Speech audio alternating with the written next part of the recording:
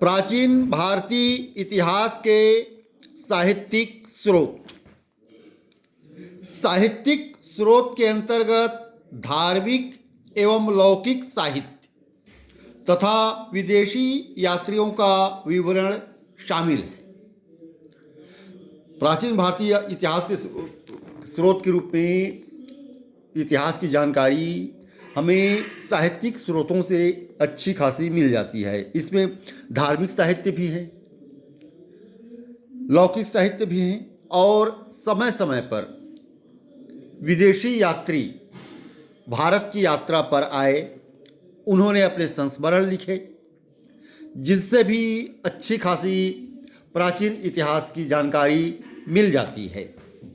धार्मिक साहित्य के अंतर्गत ब्राह्मण साहित्य तथा ब्राह्मणेतर साहित्य को शामिल किया जाता है, जबकि धर्मेतर साहित्य के अंतर्गत ऐतिहासिक ग्रंथ, जीवन ग्रंथ व अर्ध ऐतिहासिक ग्रंथ आते हैं।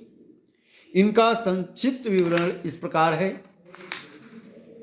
धार्मिक साहित्य के अंतर्गत देखें तो इसमें मुख्य रूप से ब्राह्मण साहित्य व ब्राह्मणेतर साहित्य आते हैं। ब्राह्मण साहित्य के अंतर्गत वेद, उपनिषद, पुराण, स्मृति, ब्राह्मण ग्रंथ, आरण्यक इत्यादि तथा ब्राह्मणेतर साहित्य में बौद्ध एवं जैन साहित्य को शामिल किया जाता है। ब्राह्मण साहित्य में देखें तो इसके अंतर्गत वेद, उपवेद, ब्राह्मण ग्रंथ, आरण्यक, उपनिषद, वेदांग, सूत्र साहित्य, स्मृतियाँ, महाकाव्य एवं पुराण को सम्मिलित किया जाता है। वेद भारत के सबसे प्राचीन धर्म ग्रंथ हैं। वेदों से प्राचीन आर्यों की सामाजिक, आर्थिक, राजनीतिक व धार्मिक स्थिति के बारे में जानकारी प्राप्त होती है। वेदों की संख्या 4 है। ऋग्वेद, यजुर्वेद, सामवेद और अथर्ववेद। चारों वेदों को सम्मिलित रूप से संहिता कहा जाता है। ये वेद 1500 से 600 ईसा पूर्व में संकलित किए गए थे। इन वेदों का विवरण निम्न प्रकार है। ऋग्वेद 1500 से 1000 ईसा पूर्व, यह सबसे प्राचीन वेद है तथा इसमें 10 मंडल, 1028 सूक्त एवं 10,580 ऋचाएँ हैं। ऋग्वेद के व्याख्याता को होत्री कहते हैं। ऋग्वेद के तीसरे मंडल में सूर्य देवता सावित्री को समर्पित गायत्री मंत्र है, जबकि 9वें मंडल में सोम देवता एवं 10वें मंडल में चातुर्वर्ण ब्राह्मण, क्षत्रिय, वैश्य तथा शूद्रों का उल्लेख है।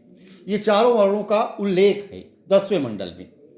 ऐसा माना जाता है कि सबसे पुरानी ऋचाएँ 2 से 9 तक के मंडलों में पाई जाती हैं। यजुर्वेद, यह एकमात्र ऐसा वेद है जो गद्य एवं पद्य दोनों में है। इसमें सस्वर पाठ के लिए मंत्रों तथा बलि के समय अनुपालन के लिए नियमों व विधि विधानों का संकलन मिलता है। इसलिए इसे कर्मकांडी वेद भी कहा जाता है। यजुर्वेद को कर्मकांडी वेद भी कहा जाता है क्योंकि इसमें बलि के समय अनुपालन, मंत्रों, सस्वर पाठ, नियमों, विधि विधानों का संकलन मिलता है। यजुर्वेद के पुरोहित को अर्धवयु कहा जाता है। सामवेद, साम का अर्थ गान होता है। सामवेद में यज्ञों के अवसर पर गाए जाने वाले मंत्रों का संग्रह मिलता है। इसमें मुख्य रूप से सूर्य स्तुति के मंत्र होते हैं। 7 स्वरों की उत्पत्ति इसी वेद से हुई है। अथर्ववेद, इस वेद की रचना चारों वेदों में सबसे बाद में की गई। इसमें धर्म, औषधि प्रयोग, रोग निवारण, तंत्र मंत्र, जादू टोना जैसी अनेक विधियों विषयों का वर्णन है। धन्यवाद।